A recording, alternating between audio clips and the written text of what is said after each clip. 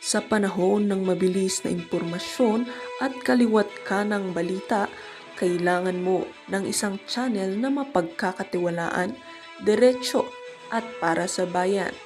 Ito ang Balitang Pambansa, ang iyong bagong tahanan ng mainit na issue, tunay na impormasyon at mga balitang hindi mo dapat palampasin. Mula sa mga trending na kaganapan sa social media hanggang sa mga seryosong isyong pambansa. Bantay kami sa bawat sulok ng bansa para sa iyo. Hindi lang basta chismis, kundi validated news, mga impormasyon na may batayan at mga kwento ng tunay na buhay Pilipino. At kung gusto mong laging nauuna sa kaalaman, huwag kalimutang mag-like, mag-share at higit sa lahat, mag-subscribe. Dahil sa Balitang Pambansa, balita mo, boses mo, bayan natin ito.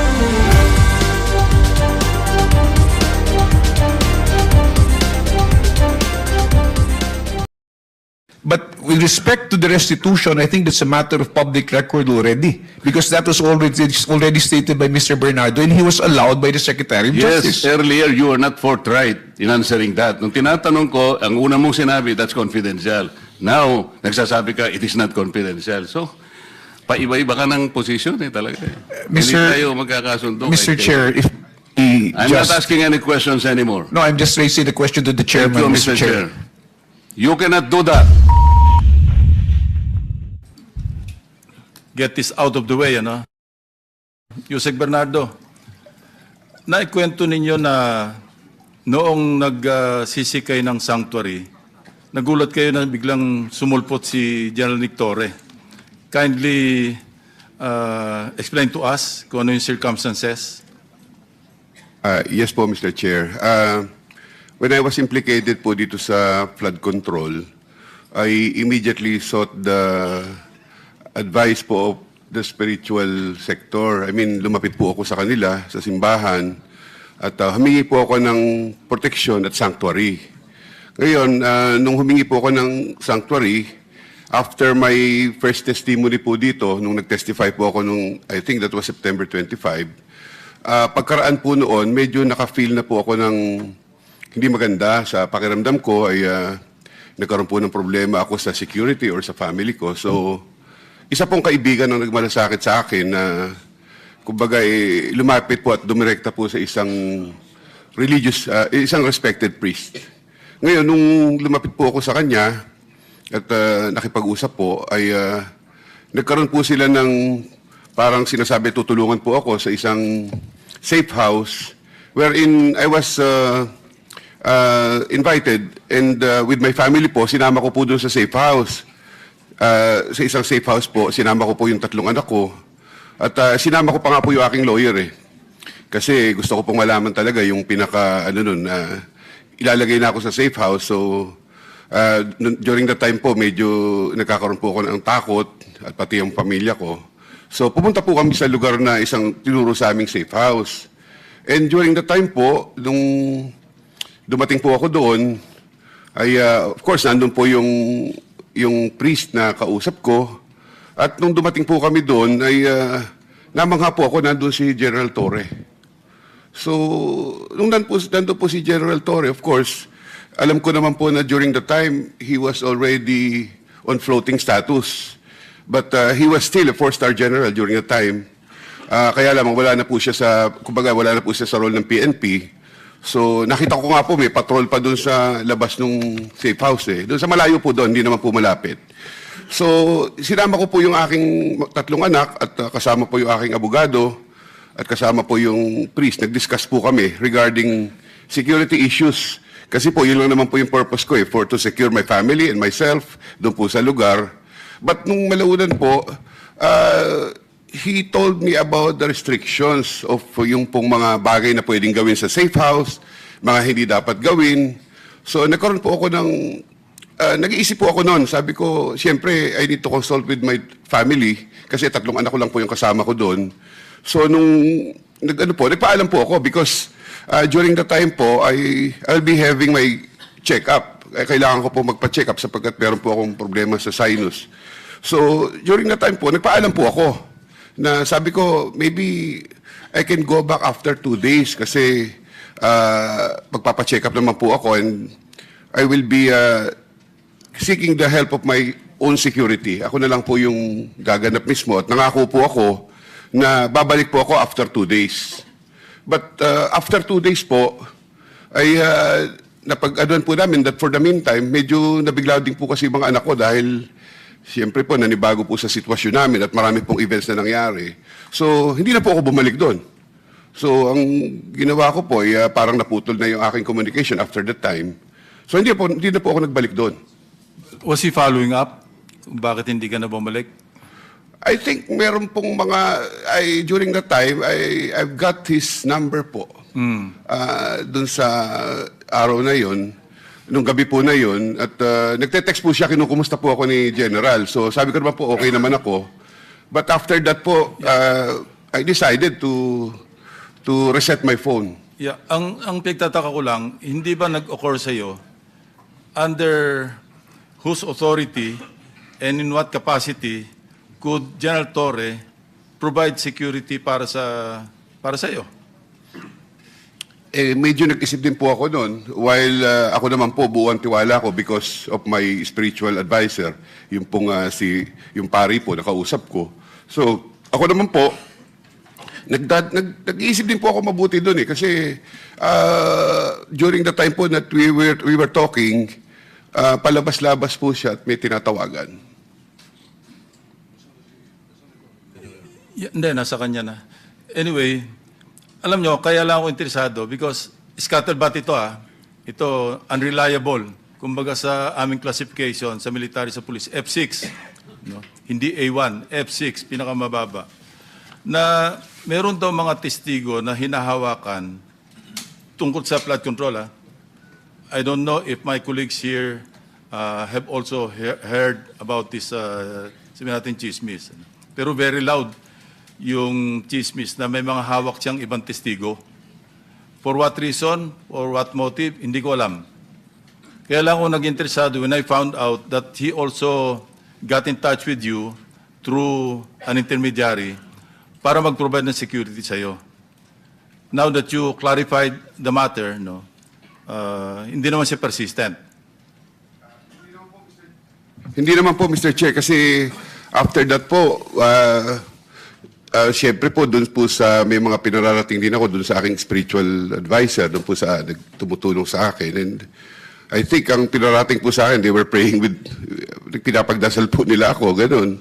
So ako naman po, on my part, nung nayari na po yon, hindi ko po alam yung, Mr. Chair, hindi ko po alam yung ganung purpose, kung mayroong purpose sa akin na But definitely, during the time po, I was in the process of applying for the WPP. Nasa Witness Protection Program application na po ako. And I think, doon naman po, yung akin naman po pagpunta ron, wala pong legality. Halimbawa po, sila po yung magko-control sa akin. Hindi ko po, yun, dahil ako naman I was with the DOJ seeking clearance and At sa the DOJ. time kasi you were already under evaluation. Yes po, Mr. And Chair. medyo positive naman yung response ng DOJ sa application mo. Yes po, Mr. So I Chair. was just wondering, bakit kailangang humingi ka pa ng protection outside of the WPP? Mr. Chair, ang pinaka-purpose... Hindi ka naman pwedeng bigyan ng immunity dun. No. Mr. Chair, ang akin pong paglapit sa simbahan ay for my family security at sa akin po. At saka po purely spiritual advice. Hindi po dun sa talagang, although they offered me a sanctuary na isang safe house, pero hindi po yun ang lapit ko sa kanila. Hindi naman po ganun. Yes, Senator Pangilinan. On his testimony, just one quick question. Kasi sa testimony, sa affidavit rather ni Yusek Bernardo, nabanggit niya, I can confirm based on my number 7, page 2, my personal knowledge that in some form or another and on various extents, based on current setup, each and every DPWH official employee from top and down line is buffeted with various avenues of corrupt practices. Tama po, di ba? Nabanggit niyo yan. Yes po, Mr. Chair. Tapos sabi po niyo, this is also true for several top officials of other departments or agencies such as DOF, DENR, DOH, DepEd, DA, DAR, DOTR, PCSO, Philippine Tama po ba yun?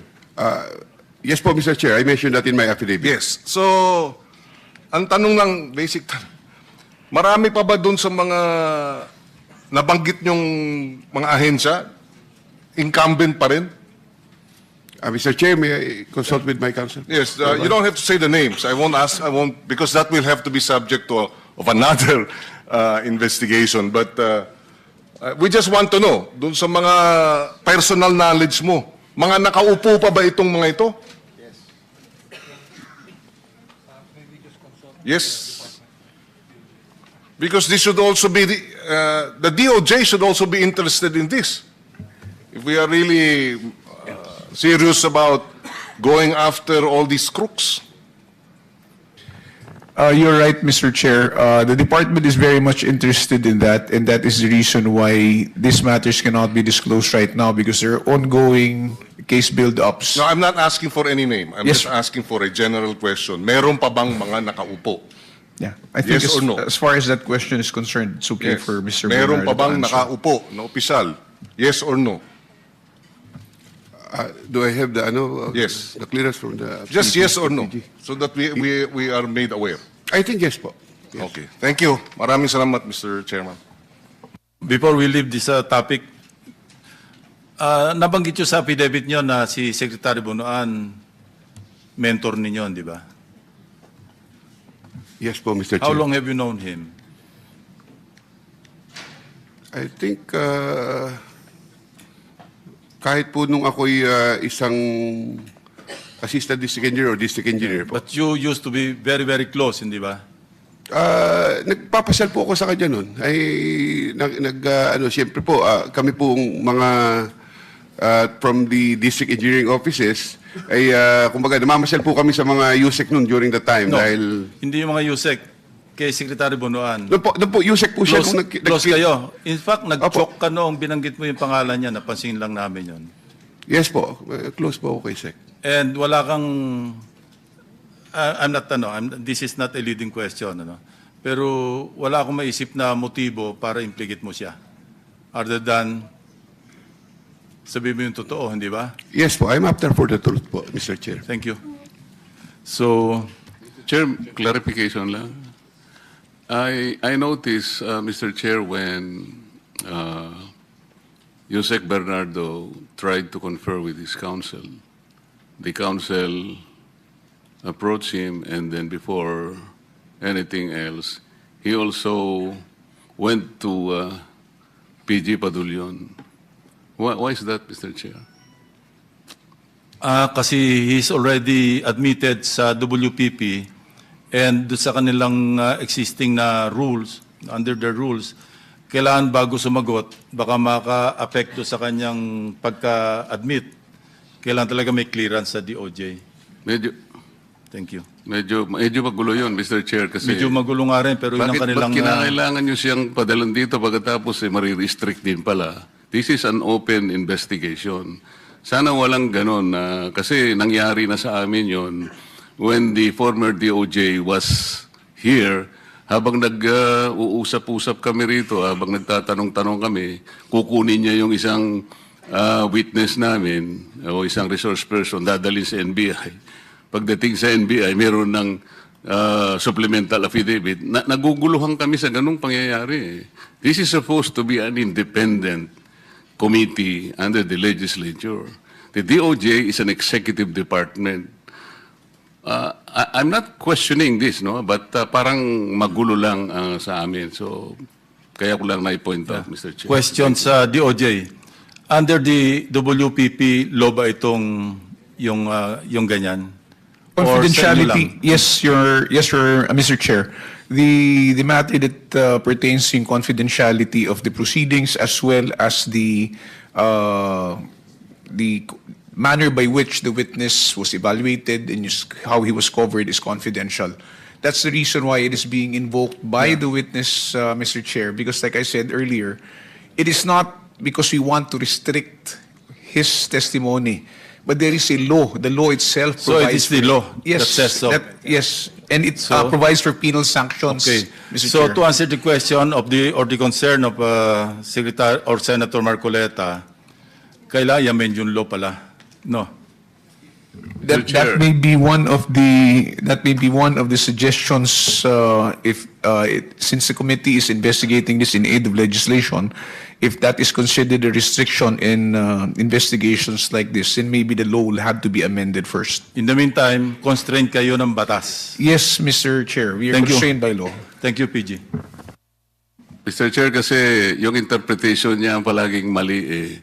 Yung confidentiality dyan na pinag-uusapan, sa inyo lang yun, sa witness protection ninyo dyan. Pero pagdating dito, it does not apply. Ikaw lang ang nag-interpret kasi kaya kanina pa tayo nagtatalo eh. May I respond, Mr. Chair? With all due respect to Senator Marcoleta saying that our interpretation is always wrong, the law itself provides for it, Section 7.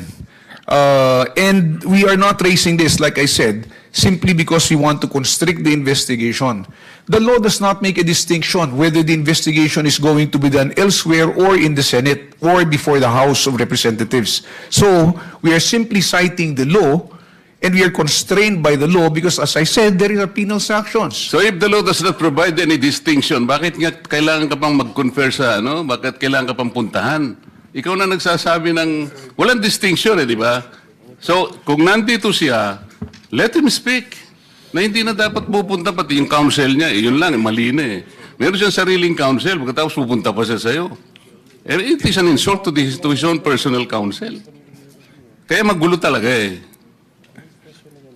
O eh, gusto ko itanong halimbawa kay Yusek Bernardo, in-apply nyo na pala siya sa WPP.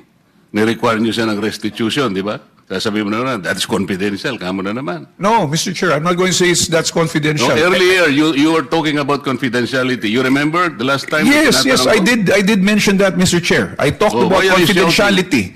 But with respect to the restitution, I think that's a matter of public record already, because that was already stated by Mr. Bernardo, and he was allowed by the Secretary of Yes, Justice. earlier you were not forthright in answering that. Nung tinatanong ko, ang una mong sinabi, that's confidential. Now, nagsasabi ka, it is not confidential. So, paiba-iba ka ng position eh talaga. Hindi tayo magkakasundo. Mr. kahit Chair, if he I'm just... not asking any questions anymore. No, I'm just raising the question to the Thank chairman, you, Mr. Chair. You cannot do that.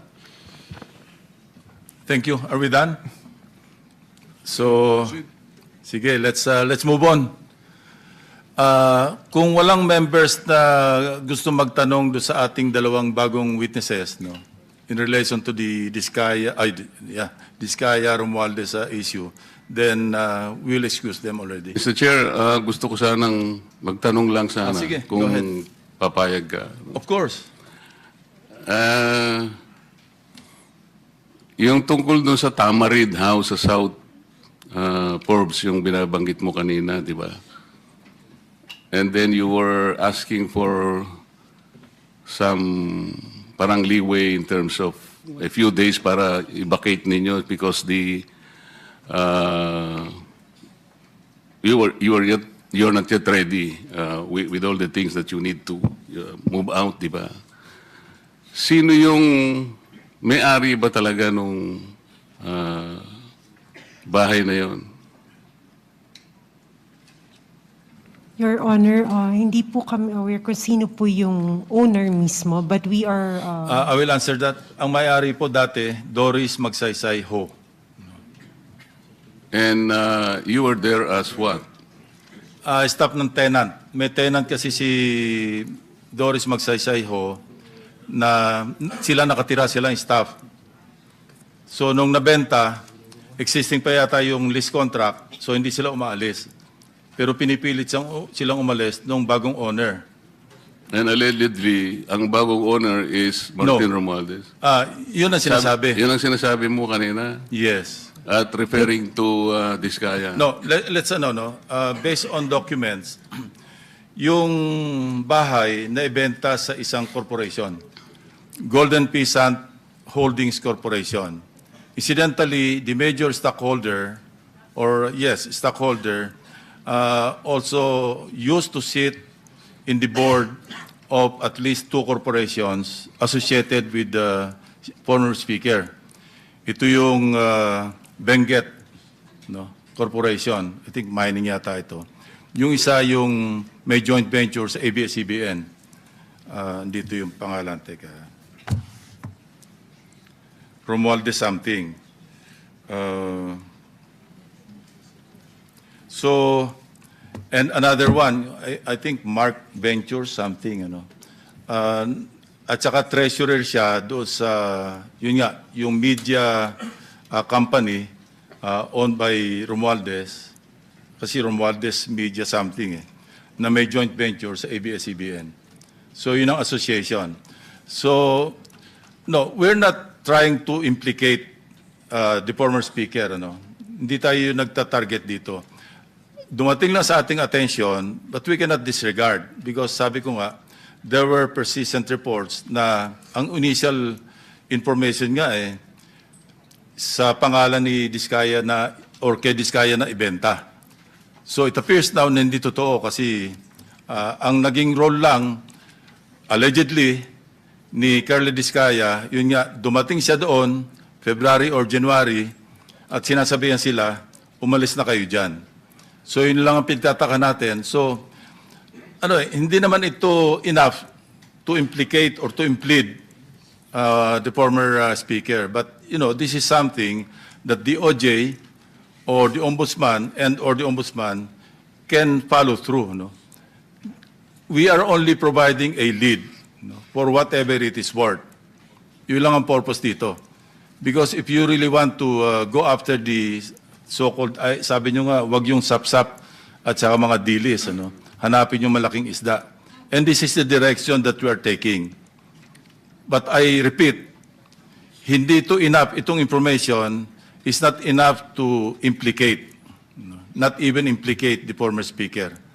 This is just, we may just consider this as a lead, kasi merong connection. But of course, dininay naman ni Carla Diskaya, so let's leave it at that.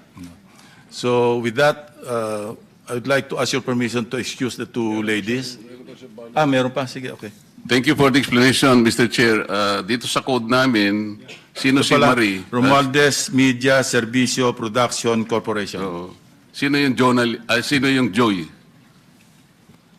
So ikaw si May. May, napanood mo ba si Saldico nung siya ay nagpadala ng mga video na kung saan sinabi niya na nag-deliver siya ng 1B doon sa bahay diyan sa Tamarin Road in Forbes? Nasa rito nasa social media to. Lahat napanood to Napanood Hindi mo? ko po siya direkta na panood, pero nung sinabi po, nabanggit po sa amin regarding 30 Tamarind, we got curious about him. Naging curious ka. Pagkatapos, natatandaan mo ba na sinabi ni Saldico na si Speaker Martin ang nag-designate nung lugar na yon na pagdadalhan ng 1B? Nandun din sa yun. Di ko lang matandaan yung pagkakasabi, pero yung gist ganito niya sinabi. Napanood niyo ba yun? Wala po ako matandaan na ganong Pero nabasa po namin yung report regarding sa 30 Tamarind. Yun nga. And then, Natambakan ng pera. maaring natatandaan nyo na sinabi rin ni Saldico, doon din sa na yun, sa paghahayag na yun, na si Yusek Jojo Cadiz ang tumanggap na yun ay drop-off lamang ng delivery sa bahay daw ng ating Pangulo, daw, sa Nara. Ando, siya yung nagsasabi siya nagsasalita Napanood ko yun Tinatanong ko lang kung kayo napanood nyo din yung ganong klaseng paghahayag na ginawa ni Saldico. Hindi po namin nasubaybayan yung mga hearing at saka yung news. Naging curious lang po kami nung nagkaroon na nga po ng report tungkol dun sa 30 Tamarind. Oh, okay. So, hindi po namin matandaan yung news na ganun po. Okay, baka naman gusto nyo rin alisin yung takip para makita namin kung gaano kayo kaganda. Kasi alam ko, magaganda po kayo. Kung okay lang naman po, kung hindi naman, okay din po sa amin. Actually, request nila Senator Marcoleta na kung pwedeng Kaya nga Elias yung ginamit ko, binuko naman Oo yun nga yung pangalan eh. Pero kasi yung kagandahan, hindi pwedeng ipagkait, Mr. Chair. Salamat po, Mr. Chair. Okay, so let's move on. So you are excused, Maria and Joy. Elias. Sige. Thank you very much. The OSAA you'll be turned over to the OSAA for your own security. Thank you very much.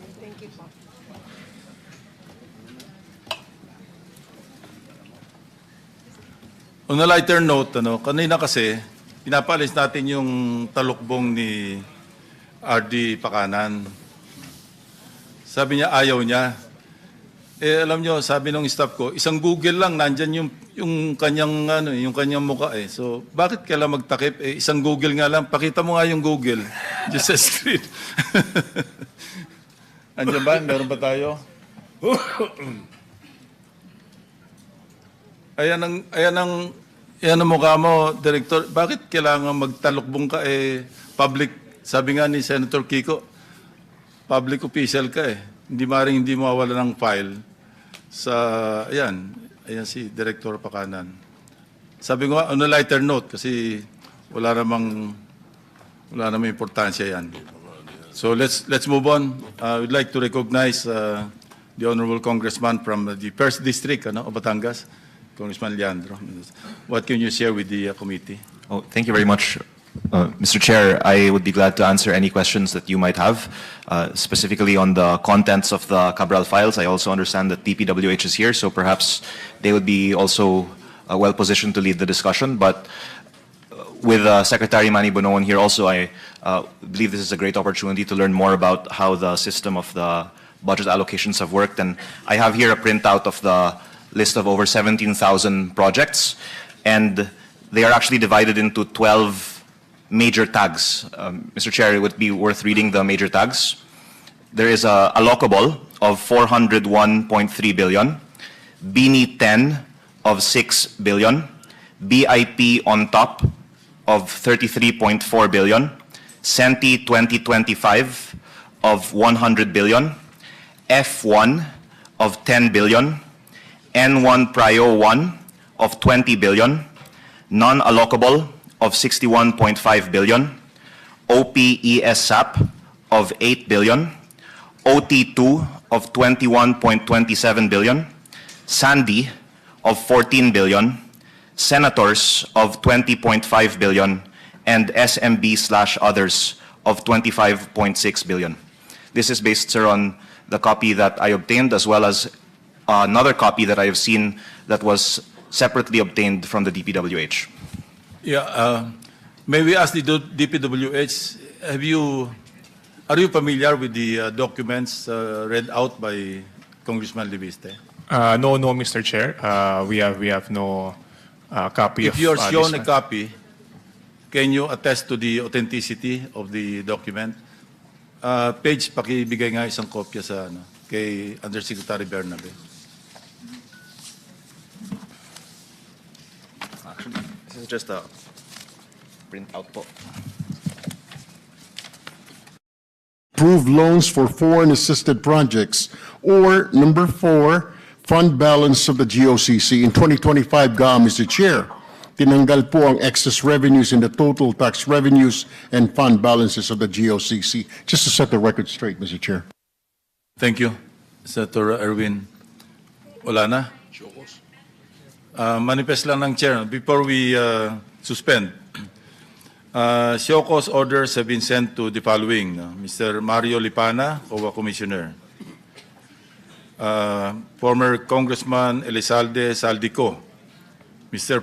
John Paul Estrada, Mr. Mark Texay, Mr. Orly Regala Gutesa, Mr. Virgilio C. Eduarte, and they're given 2 days to respond to the show cause order. So that said, Mr. Chair? yes. I'm not sure po kasi kung we'll have a chance to ask Secretary Bonoan again. Would it be okay, We'll sir? have to suspend the rules, and with the permission of the Senate President. Or I could ask you po to ask. Through the Chair. Pwede. Yes. Sige. Sino po kaya ang BINI 10, CENTI 2025, F1, at yung iba pong mga nakatag na mga pangalan po dito. And pangalawa po, para sa